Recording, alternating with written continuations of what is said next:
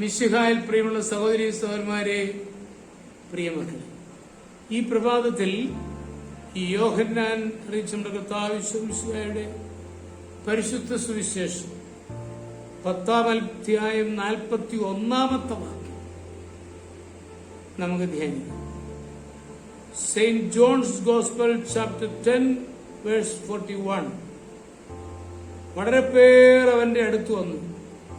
അവർ പറഞ്ഞു, യോഹന്നാൻ ഒരടയാളവും പ്രവർത്തിച്ചില്ല, എന്നാൽ ഈ മനുഷ്യനെ പറ്റി യോഹന്നാൻ പറഞ്ഞിരുന്നതെല്ലാം സത്യമാണ്. സ്വന്തം കഴിവില്ലായ്മയെക്കുറിച്ച് ചിന്തിച്ച് നാം ഭാരപ്പെടുന്നുണ്ടായിരിക്കും. വലിയ ബുദ്ധിമാനല്ല, അസാധാരണങ്ങളായ താലന്തുകളൊന്നുമില്ല, ഒരു രംഗത്തും ശോഭിക്കാനുള്ള പ്രത്യേക സിദ്ധികളൊന്നുമില്ല, കേവലം ഒരു സാധാരണക്കാരൻ മാത്രമാണല്ലോ എന്ന് പറഞ്ഞ് സ്വയം പരിതപിക്കുന്നുണ്ടായിരിക്കാം. സ്നാപകൻ യോഹന്നാന് അത്ഭുതസിദ്ധികളൊന്നും ഉണ്ടായിരുന്നില്ല. എന്നാൽ ഒരു സംഘം ആളുകൾ അവൻ പറഞ്ഞ വാക്കുകൾ സ്വീകരിച്ച് ഈശോയെ വിശ്വസിച്ചു. അവർ യോഹന്നാനെ വിശ്വസ്ത സാക്ഷിയായി അംഗീകരിച്ചു. സ്ത്രീകളിൽ നിന്ന് ജനിച്ചവരിൽ യോഹന്നാനേക്കാൾ വലിയവൻ ആരുമില്ല എന്ന് ഈശോ തന്നെ യോഹന്നാനെ പറ്റി അഭിപ്രായപ്പെട്ടു. ഇതിന്റെ രഹസ്യം എന്താണ്? സത്യത്തിന് സാക്ഷി നിൽക്കുക മാത്രമാണ് യോഹന്നാൻ ചെയ്തത്. മരുഭൂമിയിലെ ശബ്ദം മാത്രമെന്ന് സ്വയം സംബോധന ചെയ്യുവാൻ യോഹന്നാൻ തയ്യാറായിരുന്നു. ഈശോയെ മറ്റുള്ളവർക്ക് ചൂണ്ടിക്കാണിച്ചു കൊടുക്കുക മാത്രമായിരുന്നു യോഹന്നാന്റെ ജീവിത ലക്ഷ്യം.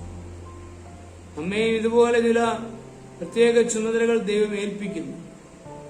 അവിടെ ഏകാഗ്രത വയ്ക്കുവാനാണ് നമ്മൾ പരിശ്രമിക്കേണ്ടത്. സമുദ്രത്തിൽ ഗമിക്കുന്ന കപ്പലിൽ ഉല്ലാസയാത്ര ചെയ്യുന്ന അനേകരുണ്ടായിരിക്കും. എന്നാൽ അടിത്തട്ടിൽ സൂര്യപ്രകാശവും കടൽക്കാറ്റും ഏൽക്കാതെ എഞ്ചിൻ മുറിയിൽ വേല ചെയ്യുന്ന ചിലരുണ്ട്. അറിയപ്പെടാത്ത സേവനം നൽകി അവർ ചെയ്യുന്നു. ഇരുളിൽ മറഞ്ഞു നിന്ന് വാസന പരത്തുന്ന പുഷ്പങ്ങളായിരിക്കാം.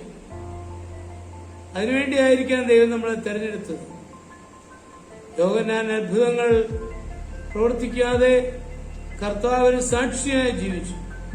നമുക്കും അറിയപ്പെടാതെ സേവനം ചെയ്യുവാനുള്ള അവസരമായിരിക്കും ദൈവം തന്നിരിക്കുന്നു. അവിടെ ഏകാഗ്രത പാലിച്ചുകൊണ്ട് സന്തോഷം കണ്ടെത്തുവാൻ നമുക്ക് കഴിയട്ടെ. നമ്മുടെ കർത്താവ് ഈശോ മിശിഹായുടെ കൃപയും പിതാവായ ദൈവത്തിന്റെ സ്നേഹവും പരിശുദ്ധാത്മാവിന്റെ സഹവാസവും പരിശുദ്ധ അമ്മയുടെ മധ്യസ്ഥതയും നിങ്ങളെല്ലാവരോടും കൂടി ധാരാളമായിട്ടുണ്ടായി എപ്പോഴും എപ്പോഴും എന്നേക്കും. ആമേൻ.